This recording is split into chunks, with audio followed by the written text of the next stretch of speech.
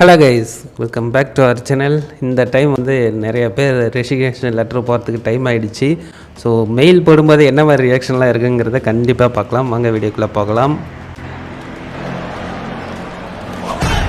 நீ after sending project இப்படி தான் இருக்கும்.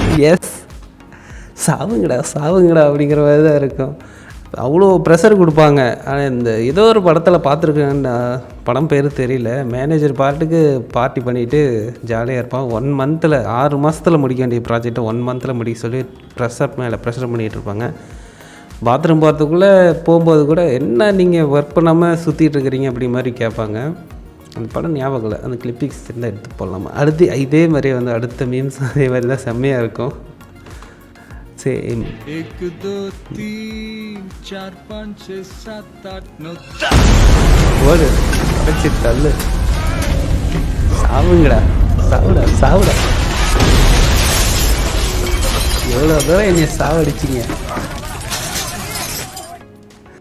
அந்த மாதிரி தான் இருக்கும். ஏன்னா ஒரு கிரிட்டிக்கல் டைமில் வந்து திடீர்னு ஒரு பேப்பர் போடும்போது செம்மையாக இருக்கும், செம்ம ஷாக்கிங்காக இருக்கும். ப்ராஜெக்ட் அதுவும் நம்மளை நம்பி இருந்துச்சுன்னா அவ்வளோதான். மேனேஜர் டிஎலுக்கெல்லாம் அவ்வளோதான், செம்ம ப்ரெஷர் ஆகி சாகர ஸ்டேஜுக்கு கூட போயிடுவானுங்க அவனுங்க. அப்படி தான் இருக்கும். அப்புறம் ஏன்டா நம்மளை இப்படி டார்ச்சர் பண்ணுறானுங்க. என்ன தான் போங்க, நாம்ளும் மேனேஜர் லெவல்லையோ டிஎல் லெவல்லையோ போனோம்னா கண்டிப்பாக இந்த ப்ரெஷர் இருக்கும். நாம்ளும் ப்ரெஷர் பண்ணி தான் வேலை வாங்கி ஆகணும். இருந்தாலும் ஏன் எல்லா இடத்துலையுமே ஒரு ரொம்ப இக்கட்டாக நம்மளை டார்ச்சர் பண்ணுற மாதிரியே தான் பண்ணிகிட்ருக்குறாங்க.